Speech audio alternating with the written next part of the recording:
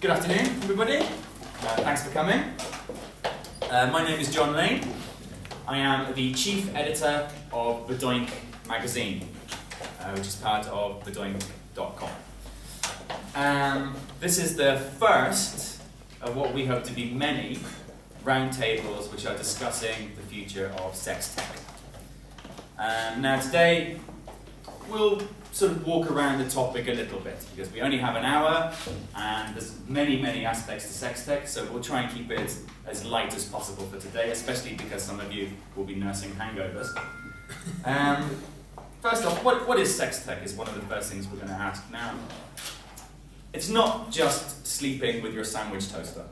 Some people might think that, but it's a lot more complicated.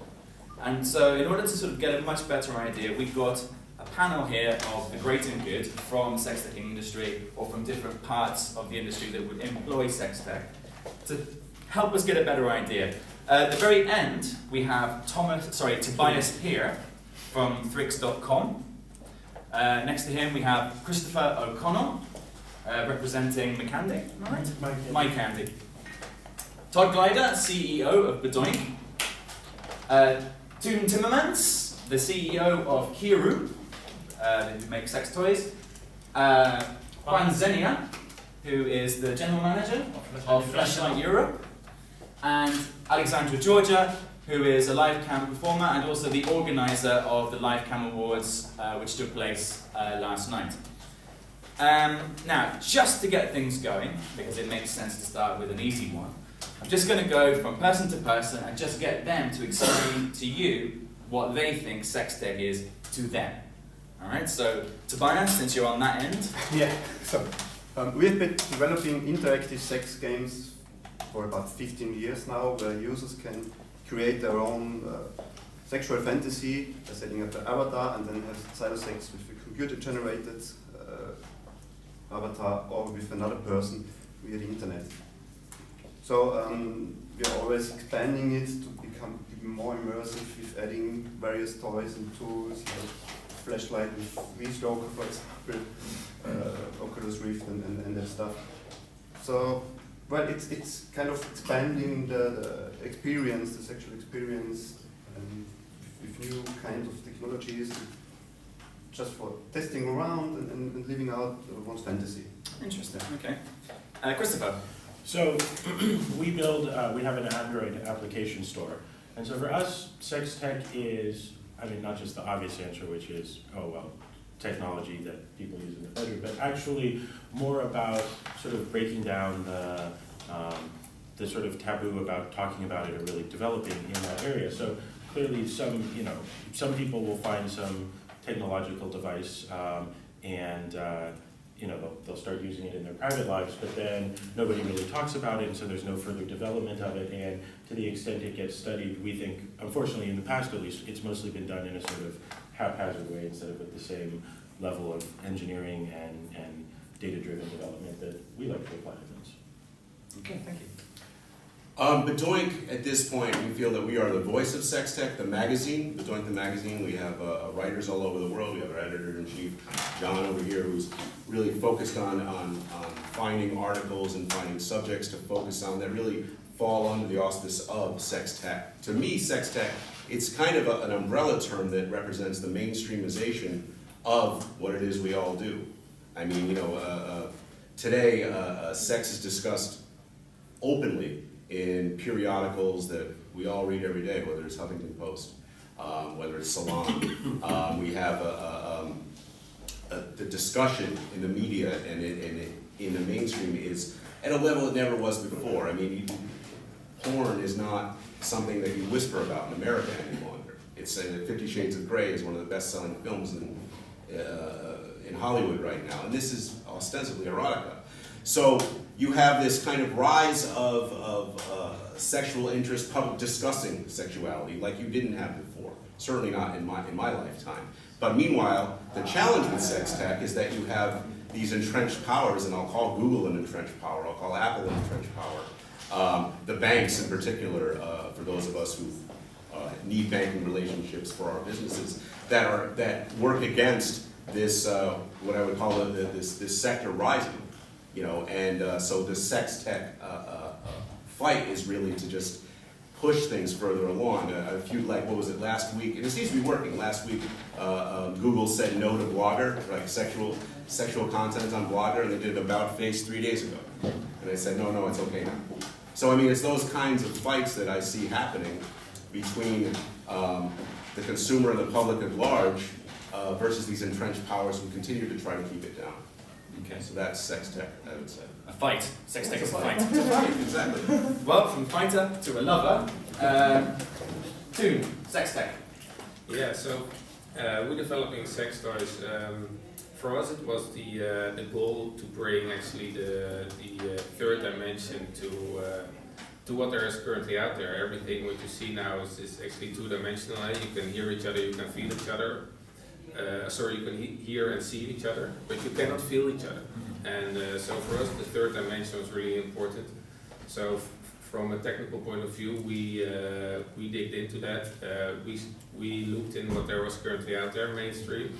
And with all those technologies, we tried to create something new. And we combined forces with Fleshlight. So what we've done is that we created the best patented formula together with the best patented technology into a new best tech sex toy.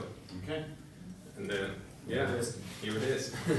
Well, Juan, you've been working with Toon, Yeah. so I guess you guys share a philosophy. Yeah, absolutely. For Fleshlight, we've been developing sex toys for almost 20 years. So for us, the technology is a really, really important part of the experience of our customer. So for Fleshlight, technology, SexTech is a way to improve the experience of the customer. Okay. We have a toy that we have a formula that the material is really pretty similar to the skin, but we also use technology to improve that experience of our customer. And of course, always try to make the best partnership, like we are doing with Kiiroo, that they have an amazing product. So it's something that we join together very, very good. That fits very, very good together. So we are covering that part with this great partnership that we are very excited to present and to share with them. Excellent. And Alexandra, what about you? I mean, you use tech to Well, connect. Really. yeah, after 8 years of camming, technology is what I do for a living, right? The thing is that I am using the third party, cam sites to interact. But I would definitely get involved in creating a toy who would reproduce the foot job, because I'm into foot fetish, So Could that happen? Could you have a foot job? Yeah. Sorry? Oh yeah, of course. You can, but also you can move the vibrator with your feet. It's that's fine. It works when it's dry. It works when it's wet. That is why we evolved hands and feet. Okay, well, so we've got a general idea now. We exist in a world where sex is not looked upon favourably by the mainstream media, or at least not the way that we treat it. And so quite often, if you have a sex startup or you're in the industry, you're going to face various problems, whether it's trying to get your payments processed, whether it's just simply trying to get off the ground or your product covered. So I'd just like to ask out there first, what kind of problems have you faced trying to get your company going or trying to get your product out there? Christopher. Well, we certainly have had our share of legal brangles with Apple, and we can't distribute on iOS devices right now.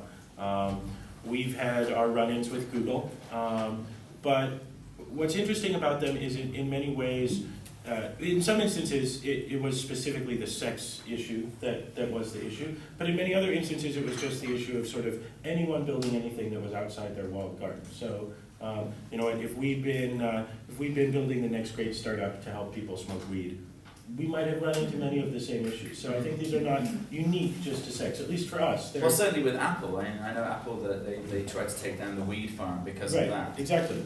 So they're not unique just to us. Many of them are perhaps partially motivated by the sex, but also motivated by sort of the large content platforms not having complete control over the distribution of the software. So that's the big one. As of course anyone who's worked in this industry knows, banking is a huge challenge for us, as is paying our developers. So we have over 3,000 developers around the world, and we pay them every month for the applications that they sell through our platform. And we've certainly had our fair share of inquisitive government types show up to ask you for financing terrorism or laundering money or anything like that. Because they'd like to get involved. Well, I wouldn't even go that far, but just whenever you transmit money around the world to lots of people, it becomes a huge hassle, and then when they find out that you are selling our own content, I feel like there's a whole extra level of scrutiny that's applied at that point that you wouldn't get except for being in this industry. Okay, is that the same experience for everyone else here? Yeah, fortunately we are having the same experience with banking. There are a lot of banks that don't want to work with us. Fortunately, there are banks that want to have. Also in media, I was talking before with Toon that we have like a big interview with the New York Times, and they just banned the interview one day before it went out because of we are sex toys and we do women's part of intimate part.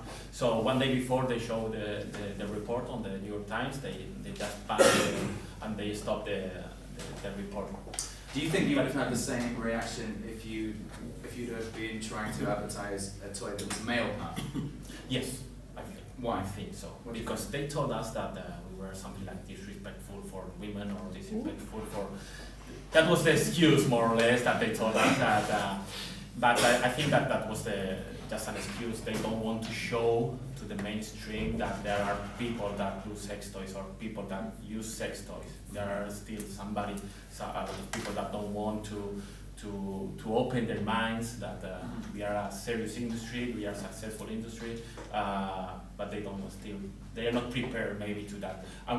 We have as well the opposite situation. We have in Germany, in Netherlands, a lot of TV. We are based in Spain, so we have a lot of TV programs that came to Spain. Mm-hmm. They show the factory, they show the product, and they are open to that and no problem. So we have both situations. So is it different then in Europe and the US? Is there a difference? Well, probably there is. The funny thing is that the New York Times actually approached us now as well. They want to fly in from New York to Amsterdam to make a documentary about us but the thing is, Kiiroo we position as a mainstream company, as a mainstream couple toy. You don't see any nudity on the website, so and because of that, and because of its just a couple toy, just a sex toy, it opens up a lot of discussions and also journalists who want to write about robotics and technology, and that's also how we see ourselves as a technology company, not as an adult company. And I think that helps a lot. It helps with banking, it helps with journalists. So it depends, I guess, how you position it, but in the end, it's still a sex toy. Well, and I think too, if you got New York Times approaching you, they know too that if they want to talk about technology, great. But if it's married to sex, more people are going to read it. Yeah, and a lot more people. That's only good for them, and maybe it's more advertising. Except it's unusual. But when you see it, when you literally see the woman's part as the flashlight, right. Then it becomes into a different level. Yeah. Probably then they just write about it. So I'm sure they regret not running that article because the Absolutely. video Yeah. is so viral Yeah. online. Yeah. Absolutely. Yeah, you saw the video of the factory. It was millions of visits. Yep. So it's like a successful video, because you mix both. You mix sex and you mix as a sexual company. We are in a Well, the interesting thing about the documentary was that you were in a factory, and the factory was mass producing vaginas. yeah. Puklum. And that takes away some of that moral outrage when you see just a plastic product coming off the line. Yeah. And maybe we need to see more of Paradoxically that. stripped of its entire sexuality. Yeah, it's stripped of its sexuality, which is really what a product is when you're making it. It's stripped of its sexuality. It might have that function. Mm-hmm. Alexandra, I mean, do you find that you have difficulties After hearing those guys' stories, my difficulty seems really, pathetic and. Well, I don't know. But they had serious problems, but with camming, the main issue is only if you feel the need to be accepted by the society, which I didn't feel, and I had no problems about it. I had the support of friends and family, and I didn't hide it, like most of cam girls do it.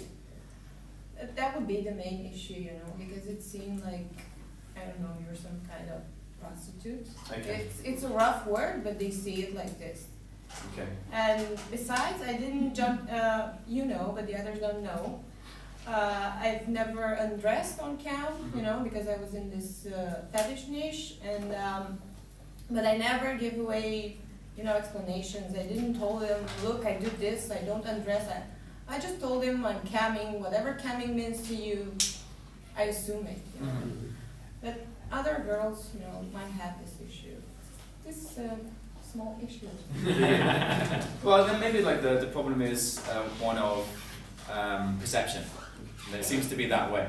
I can speak again to the business aspect of this, is that the dynamic is that on the one hand, sex, tech, porn, it's in the mainstream. So and it's being talked about everywhere. On the other hand, if I tell JP Morgan Chase or any bank in America what business I'm in, they won't let me open a business checking account.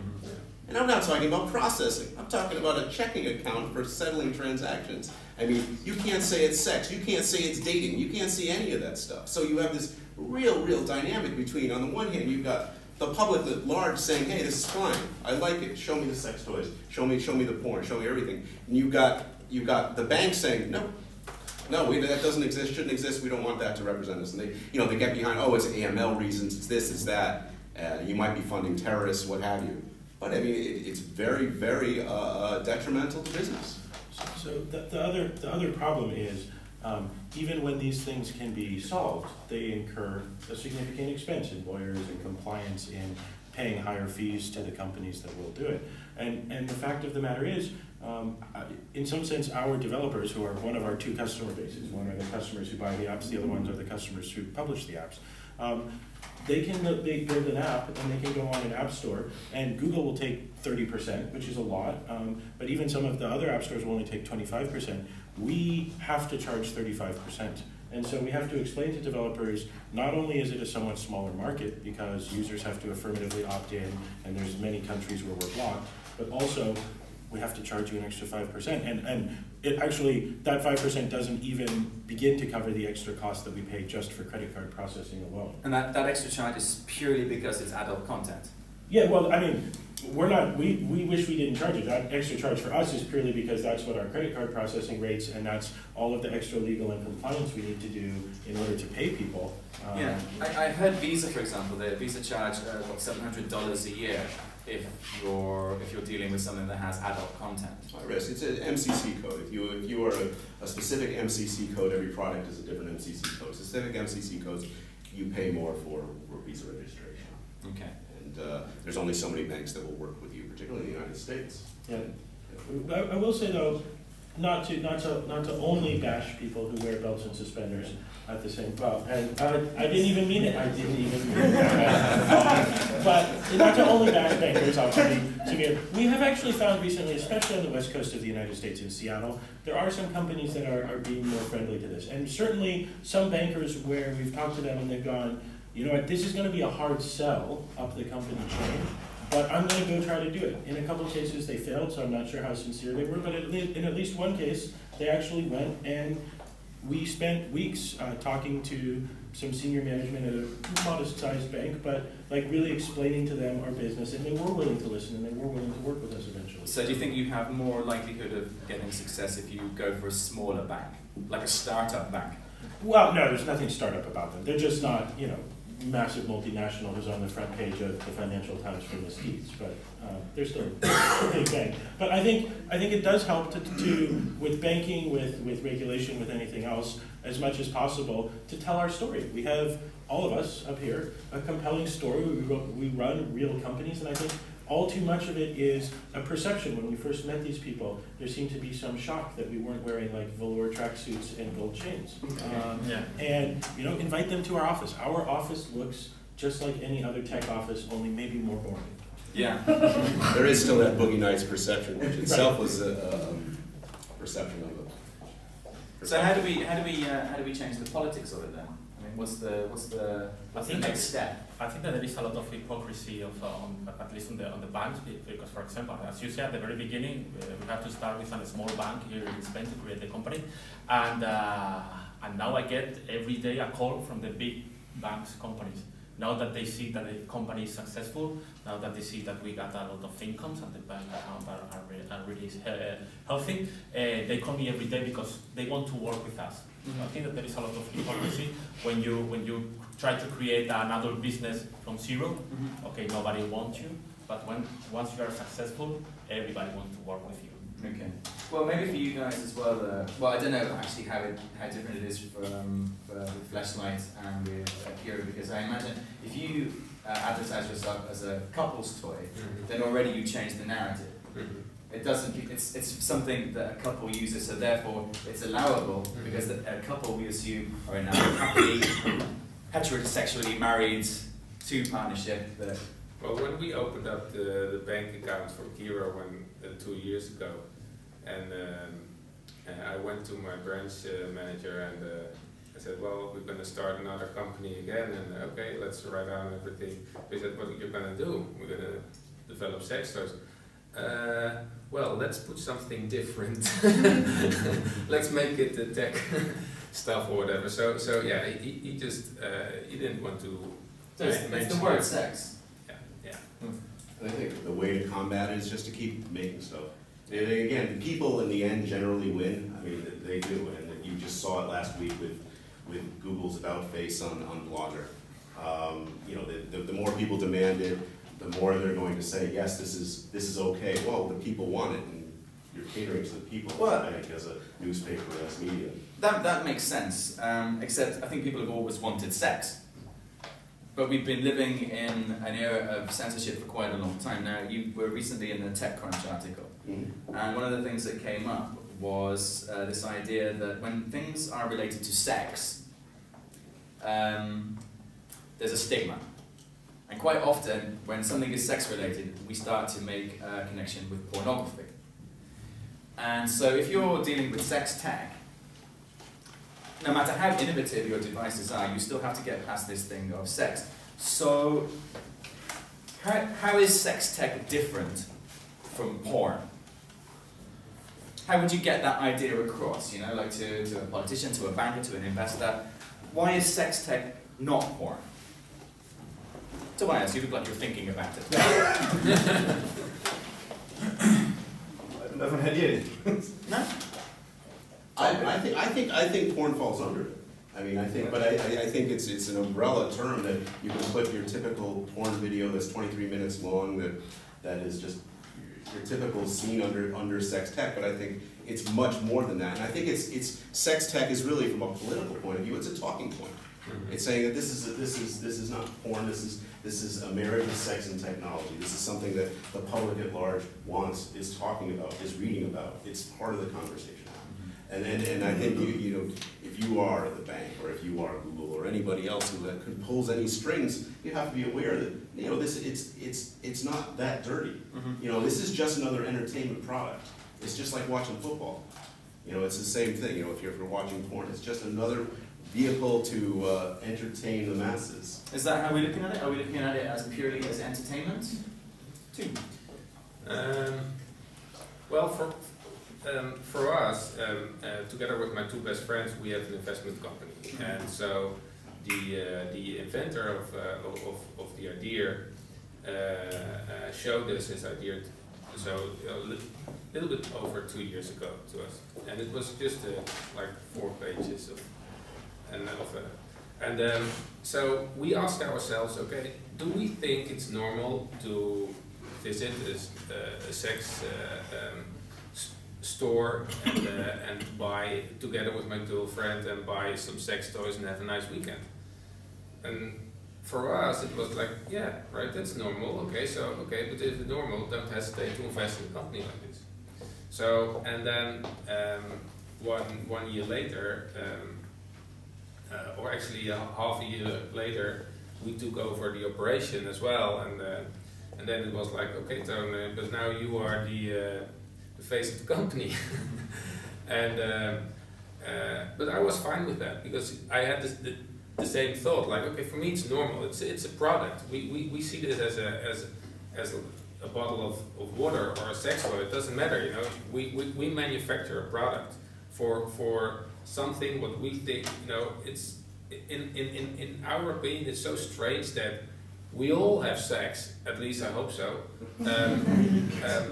But for some reason, it's strange to talk about it. Yes. Right, and or to create a product what can help a lot of people who can be intimate because they're traveling that much, or for whatever reason, and we just facilitate. You know, we facilitate with games, with apps, with a platform, with a magazine, with toys, or whatever. You know, it's so we facilitate, and everybody has the right to do whatever the hell he wants with it. And so it's what was the question again? Could you really call like SexTech entertainment? Because this is the thing. I mean, you market it as a couple's toy. I mean, there are different functions that you can have. For example, if you're in a long distance relationship, then it's a way of bringing people together across continents. Yeah. So you can market it in a particular way. Yeah. But not everybody has that. Has that luxury. It's true, and we see that it helps big time that we can market it like that. But it was a decision to market it like this because first, you know, the audience is way bigger when you market it like this. Of course, you can always go back well, it's not going back, but going in a different direction and market it as an adult toy or. But yeah, it helps. We see that all the media, the conservative media, everybody approaches us, and we have a camera team at the office like every week, and everybody wants to talk about this subject. About it's you know, it's hot. 2015. It's all about robotics, about you know, the sex tech. That's what it's all about, and everybody wants to have an opinion or wants to write about it. Is it easier or more difficult to market sex tech towards women? In my opinion, it's easier. In our experience, women are so more open to talk about sex toys. Okay. When we show it to women, or you know, one of my companies before us, we still have it, but it's a calendar technology. And when I'm in the bar and, you know, I met a girl and talk about calendar technology, you know, that's not so, you know, that's when you have to go home and use your toy. Yeah, exactly. And when I'm talking about this now, they are so open to it, and they say immediately, oh, I had a long distance relation once, I want to use this, I want to try it out. And when I tell it to a guy, he said, okay, but sex toys, and the thing is, you know, Fleshlight proved that guys are all into sex toys, right? The only thing is they are scared to talk about it. And women, they are way more open to it. Yeah, this is actually one of the points I had, one of the questions I have down, and I wanted to talk to you about. Because it must have been quite difficult at the very beginning, thinking, okay, let's make sex toys for men. For men, yeah. Since the very beginning, sex toys have been related with women.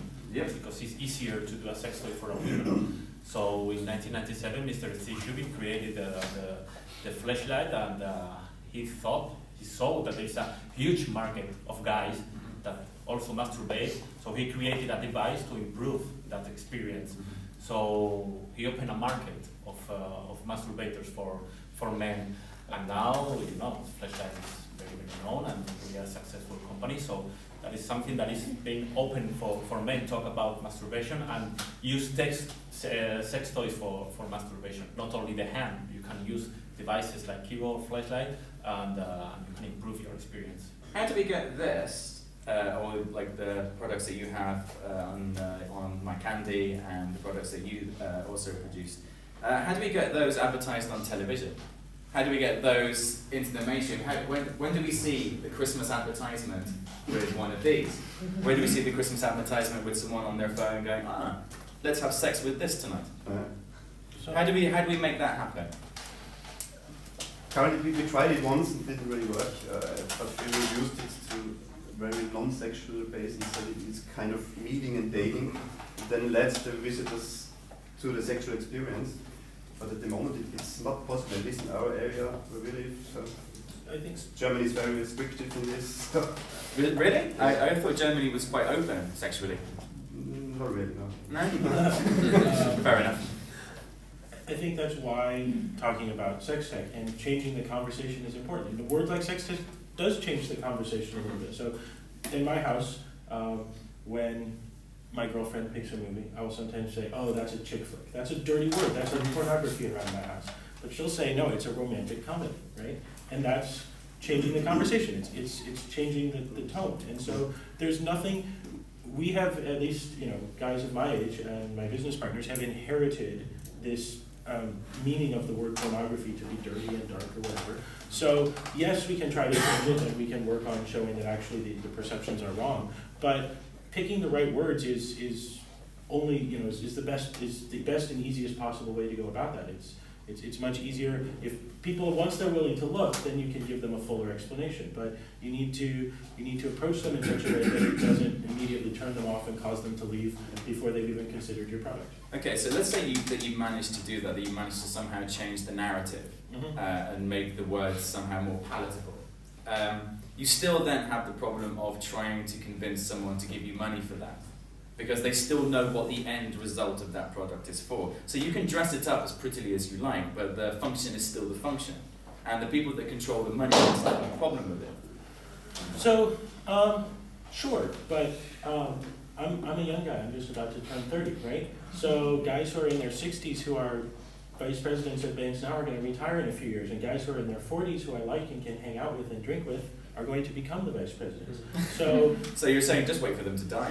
Well, no, I don't mean it in such a way. But it's said about scientific theories that it takes about one generation for really hardly established quote unquote group wisdom to really disappear, because the people who hold on to it so tightly are never really going to change their opinion. So you just have to kind of wait until they're not in a position of authority anymore. And as we grow, teach all of our peers and other people that we have great products and that our customers want them and that they should do business with us.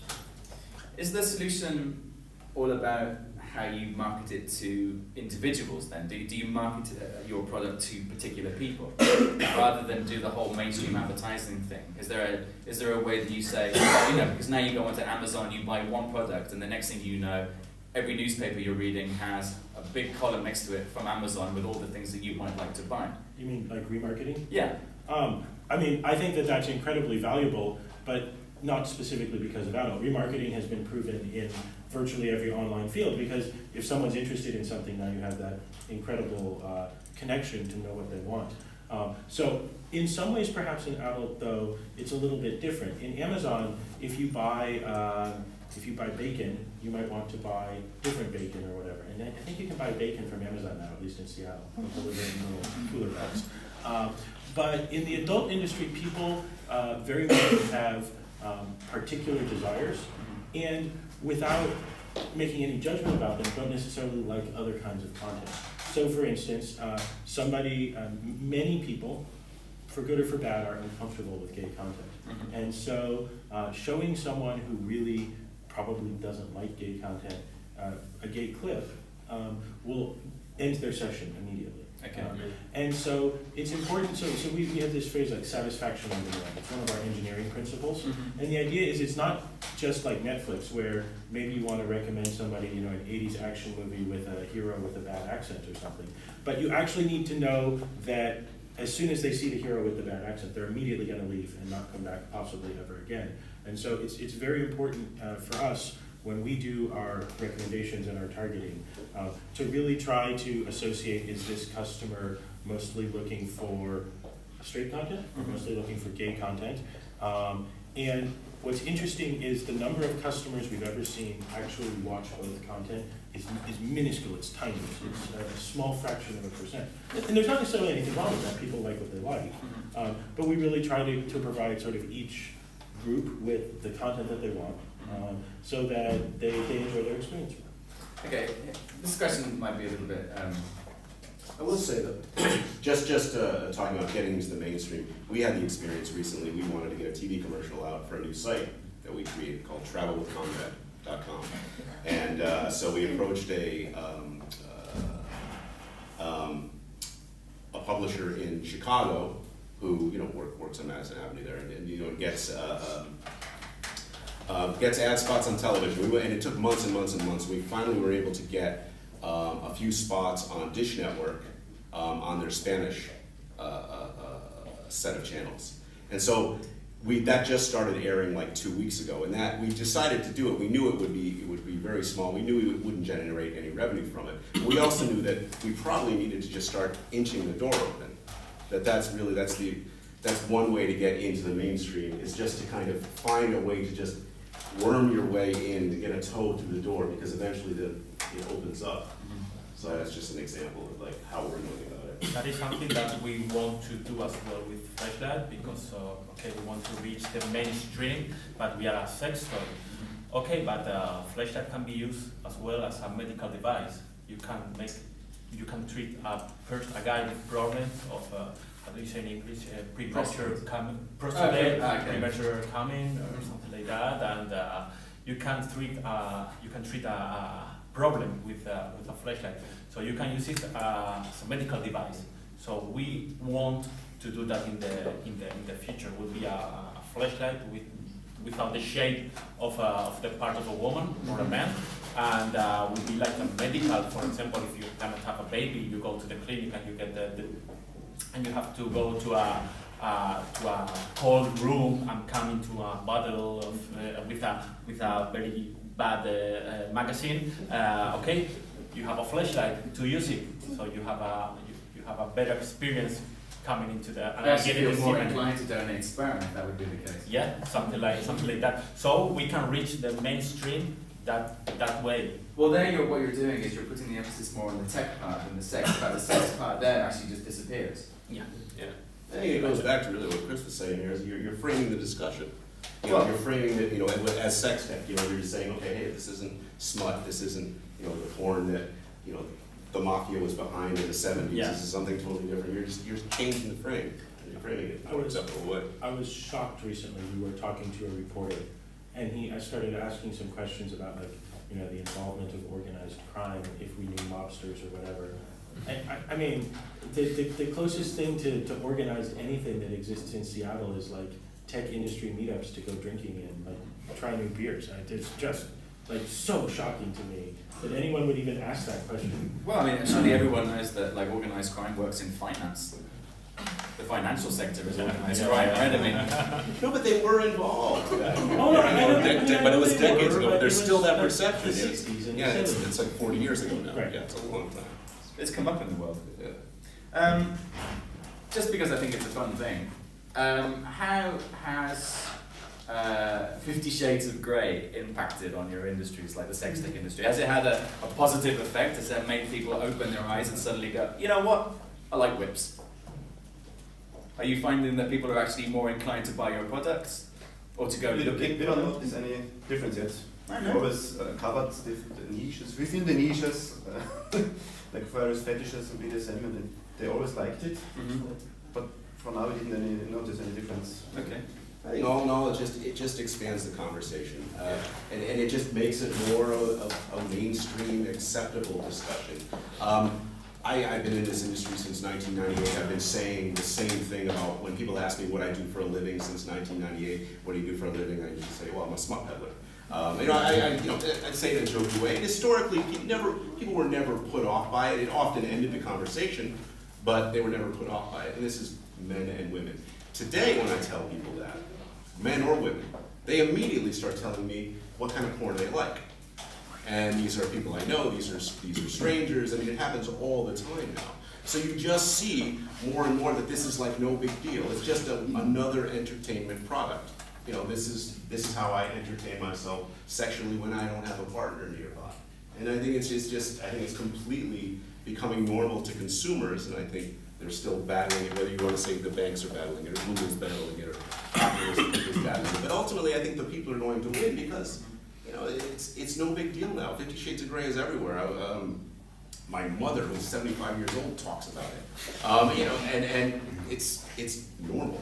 And I think that's what you're seeing now. It's like, you know, if this is #1 at the box office, and I'm assuming it was, right? Wasn't it #1?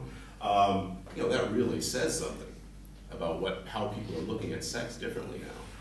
So what we're hoping for then is basically for the people who are slightly above us in terms of being in charge of the money and being in charge of the politics, starts to see things the way we do. Well, yeah, they start to see that this is okay. I mean, they're just worried about shareholders getting upset. I mean, I understand why the banks are against this sort of thing. You know, I understand why Google is against it. But ultimately, as the people say, hey, we are mature adults, all of us. You don't need to tell us what we can and can't do. We can make these decisions for ourselves. Hopefully they start seeing that. I think we sincerely agree, and that's why we don't come down on these companies too hard. We don't see it as some sort of dystopian conspiracy to keep us down. It's just that people are uncomfortable about talking about this, and look, this may be our own being uncomfortable. We really don't allow any drug-related content on our platform because we're uncomfortable with that as a company in the United States right now. And maybe we're wrong. I'm sure there's some people who are out there who are rolling one up and who go, why the fuck are these guys all down on us? What the fuck is wrong with them? And maybe we'll change one day. I probably won't, but you know what? In 50 years when I'm old and I don't give a shit anymore, then somebody new will probably come along and have a different opinion than me. But for you guys, it's like maybe one taboo at a time, right? I mean, you've already got enough problems with the sex. I mean, there is that as well. Pick your battles, yeah. Well, since it's called the future of sex tech, I think it would be nice just to finish at least this part with just an idea of where you think we're going. I mean, like if the world was an ideal place, what is the future of sex tech? What's it going to look like? How are we going to be dealing with one another sexually? Whether it's about fun, whether it's making love, what's in store for us, Mr. Fleshlight? Mr. Fleshlight. For us, the future is a partnership with Kiiroo, covering that part, and also use the new technology to get into the Fleshlight. Virtual reality is the future as well. It's maybe 6 months from the Oculus gets out, right, or something like that. So we are working already to work with them and how we can join the forces to create a better product for our customers. One thing that we have to take a look is that we have to be really careful with the technology.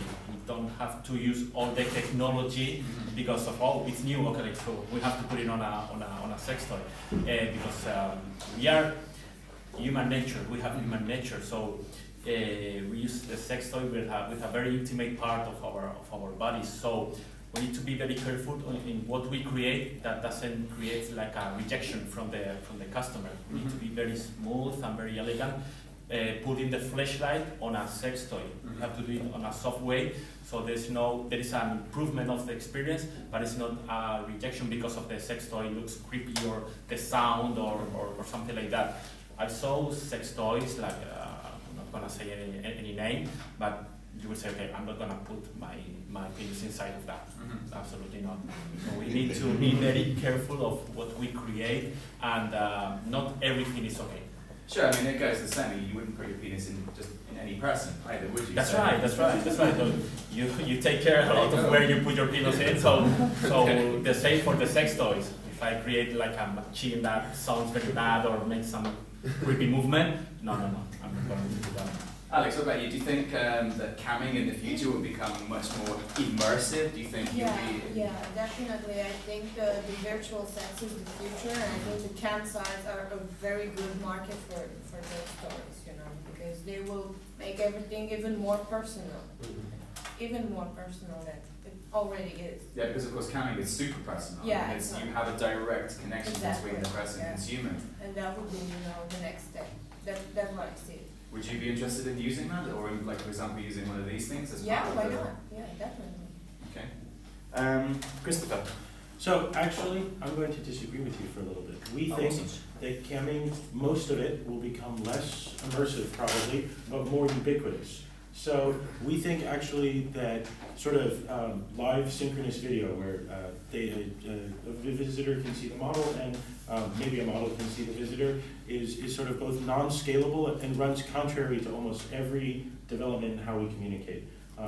Honestly, we think the future of cams looks a lot more like a Snapchat or a Tinder than it does like a full duplex experience where both people are sort of fully involved in only being part of a single conversation. We think it's something where people are participating in short little chunks of time throughout the day where multiple people are potentially involved in like the same conversation or one model is talking to several people. We really think that's going to be one of the biggest changes in the digital adult industry is that there's going to be a sea change in cams because we see really the rise in mobile.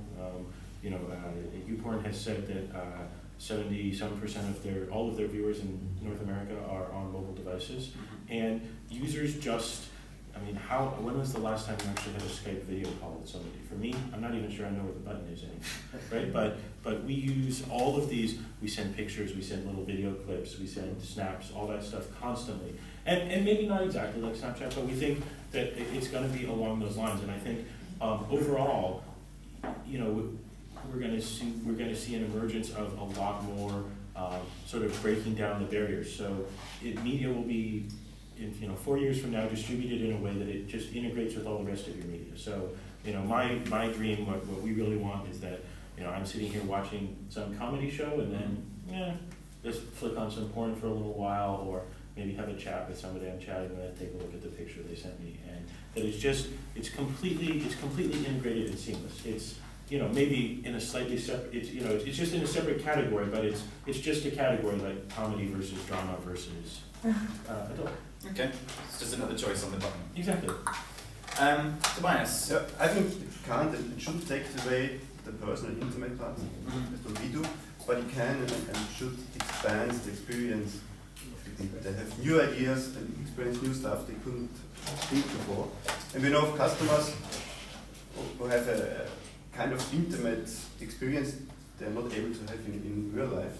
Perhaps help them to experience such a thing.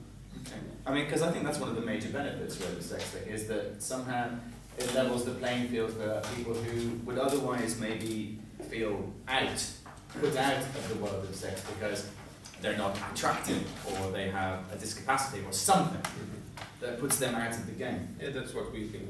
We think that the technology will help to those people or other people with certain fantasies to bring those fantasies to real life actually and to experience them because you can imagine when you have I don't know if you guys tried it, if you have the Oculus Rift on combined with the virtual world and you create your own life there and you have a lot of girlfriends there because you like that and now you also can feel those. People will be, I believe that some people will be actually get addicted to that because you create your own world how you want it to be. And if you're not capable of doing that in real life, then the technology will help you and we're actually already there, that you create that life what you want. Todd.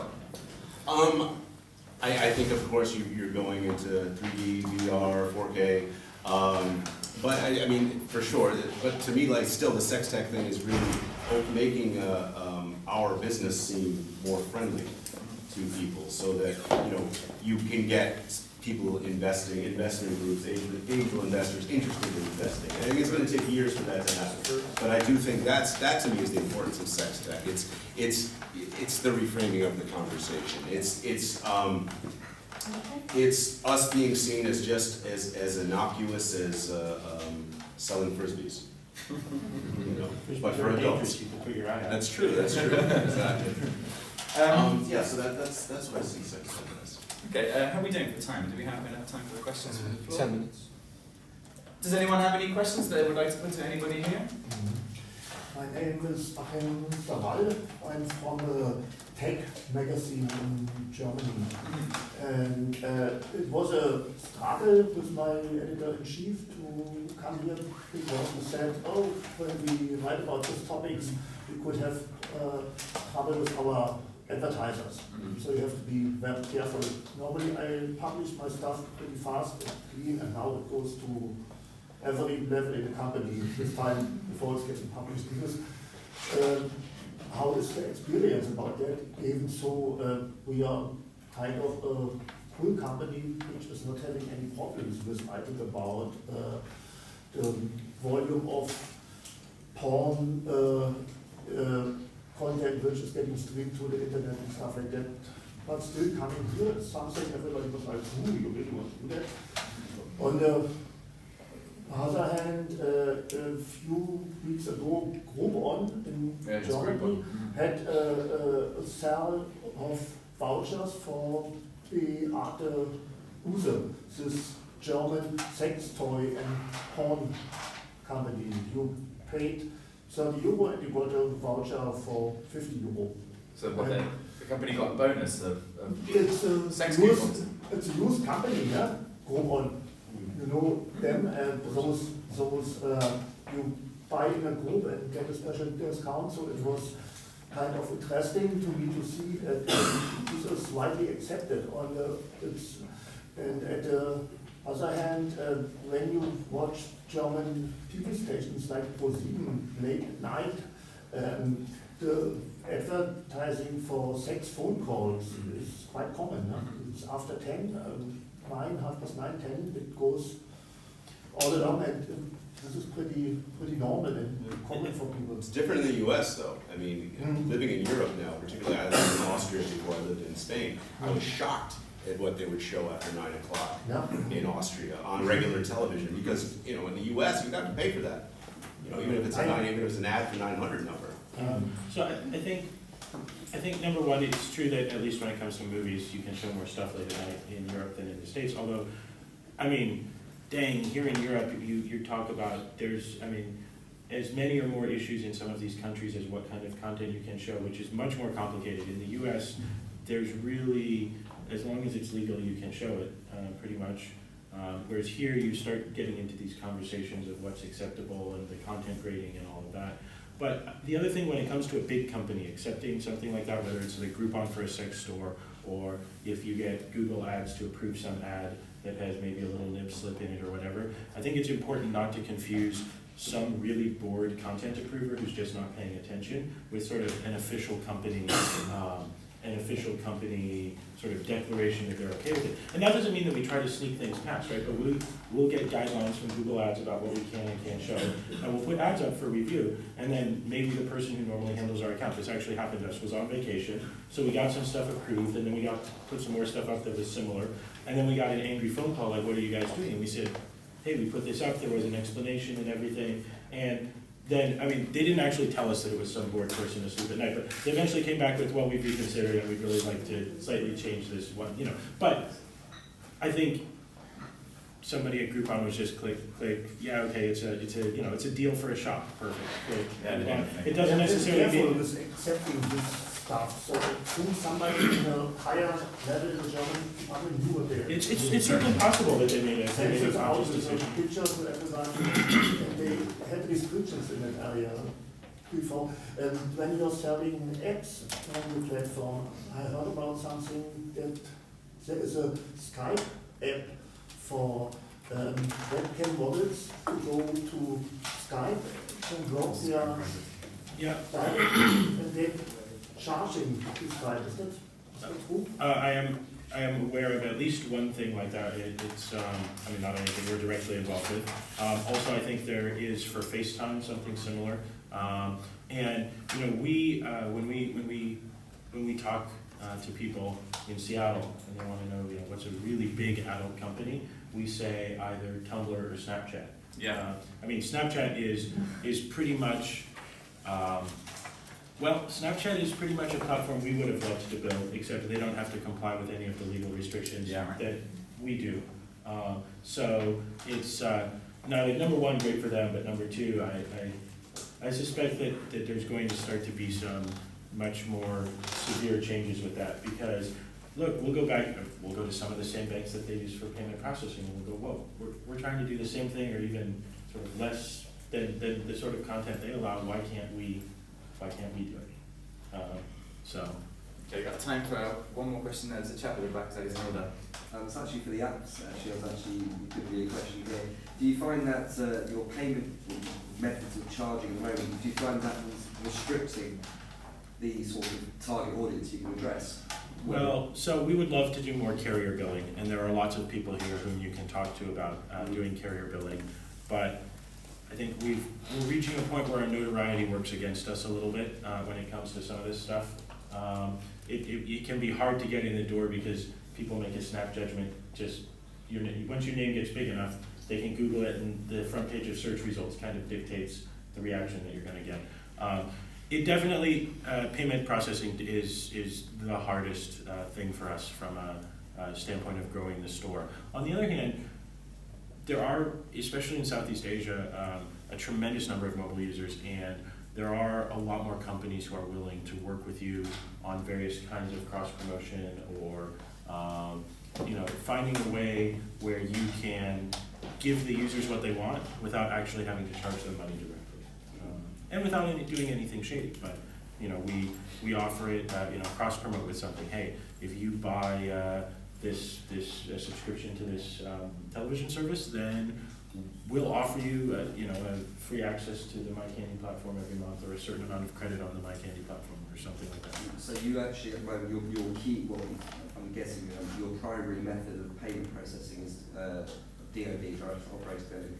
No, our primary method of payment processing is still credit card. Still credit card. Direct or any kind of operator billing is a giant can of worms. Every country's got different regulations. Every country's different. We do a little bit of it. Honestly, we have found that the cost of compliance for us right now, between the cost of compliance, the cost of getting set up, the cost of advertising, the cost of keeping somebody who speaks whatever language we're in now. Operator, they say the carrier will take 40%. What they don't tell you is you'll spend another 30 to 40% just running it. It's very complicated. Yeah, it depends on the country as well, so it's like more than 40. Well, okay, I think we're wrapping it up. I'd just like to say another thank you to Tobias, Christopher, Todd, Toon, Juan, and Alexandra. Thank you all very much for coming. If you have any other questions, I'm sure you can find our contacts and we'll be happy to help them. All being well, if these guys are successful and these guys are successful, the next round table will be taking place in a virtual reality brothel in Amsterdam.